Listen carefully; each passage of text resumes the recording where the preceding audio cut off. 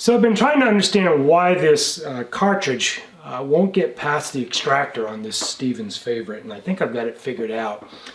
We're going to have to take the gun apart to fix that extractor. But before we do that, I thought it would be fun to share with you what I've learned about the history of the Stevens Firearms Company, as well as the story of this Stevens Favorite. It's quite a story. Let me show you.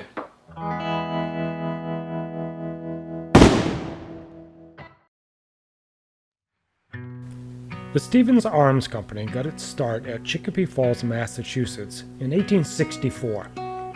Founder Joshua Stevens was a New England toolmaker who had gained experience in firearms manufacturing while employed at various times by C.B. Allen, Eli Whitney, Samuel Colt, and Edwin Wesson. Stevens received a patent for a tip-up pistol design during the same year in which he, along with his financial backers W.B. Fay and James Taylor, founded the company that bore his name. Although a producer of firearms, J. Stevens & Company's primary source of income was derived through the manufacture and sale of machine tools. J. Stevens & Company underwent an expansion in 1880, and in 1886 the firm changed its name to J. Stevens Arms & Tool Company. 10 years later, James Stevens' bookkeeper, I.M. Page, bought out the shares of both Joshua Stevens and James Taylor, becoming the firm's president and majority owner. Under Page's leadership, the Stevens Arms and Tool Company underwent a period of rapid expansion.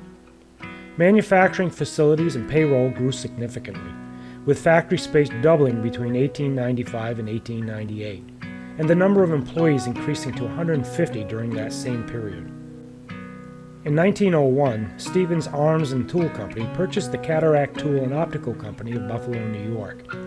After relocating this new acquisition to Chicopee Falls, Stevens began to produce its own line of telescopic rifle and pistol sights.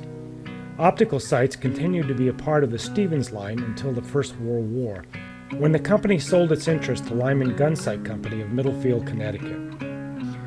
As an interesting side note, in 1901 Stevens entered into a partnership with J. Frank Duryea to produce the Stevens Duryea automobile, manufactured at a separate facility also in Chicopee Falls. By 1915, Stevens Arms was a leading manufacturer of small-bore target and hunting arms, building their new offhand target pistol and the highly regarded Ideal rifle. These lever-action single-shot falling block rifles were available in a variety of chamberings, ranging from 22 rimfire to 44-40. Options included both round and half-round, half-octagon blued barrels, case-hardened actions, checkered deluxe and select-grade walnut buttstocks and forends, shotgun, crescent, and Schutzen-style butts available with or without a cheek piece and or pistol grips, globe interchangeable front sights, and Vernier Tang rear peep sights. Stevens is perhaps best known for their popular line of small-bore caliber rifles.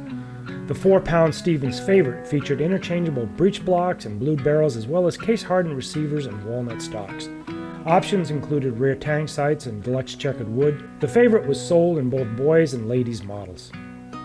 During the First World War, the firm's manufacturing facilities were turned over to New England Westinghouse Company for production of the Mosin Nagant bolt-action rifle for the Imperial Russian government. Although the firm once again underwent reorganization during this period, the Stevens factory remained under the control of New England Westinghouse for the remainder of the war.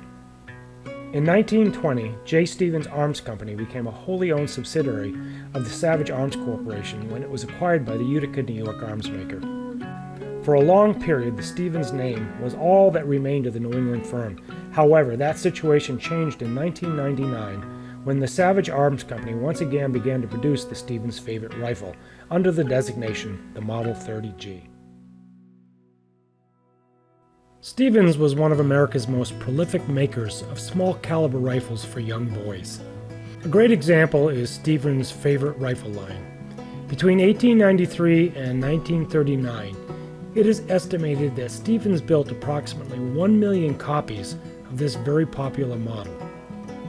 Chambered in 22 short, long, and long rifle, 25 and 32 rimfire, and 22 Winchester rimfire. Each came with a 22-inch half-round, half-octagon barrel with plain open sights. The barrels were blued and the frame case-hardened. The walnut stocks were oil-finished with a shotgun-style rubber butt plate. The Favorite was one of Stevens' most popular and best-selling rifles, offering the advantage of being a takedown and having interchangeable barrels in order to change calibers. The first model favorites were manufactured between 1893 and 1894, with less than 1,000 being produced. These had removable side plates and were limited to 22 and 25 caliber only. These are the most rare and the most valuable. The standard favorite, or the number 17, is the basic model and is the one that is most seen. The number 20 was a shotgun and chambered for 22 or 32 rimfire shot cartridges. The number 21 was called the bicycle rifle with a shorter 20-inch barrel and a leather-edged canvas carrying case. The bicycle model, however, was short-lived, and the number 21 was then assigned to the favorite ladies model made between 1910 and 1916, which featured a 24-inch barrel, fancy grain checkered pistol grip and forend, a Swiss butt plate, and vernier rear tang sights. If you enjoyed this video and want to watch more on the Stevens favorite rifle, please continue to watch for future videos as we begin the restoration of the rifle that you've seen here and share more details about this very special and interesting little firearm. So if you enjoyed that video, please give it a thumbs up. Subscribe to the channel if you haven't already. This is fun stuff to do, and I'll see you guys in the next video.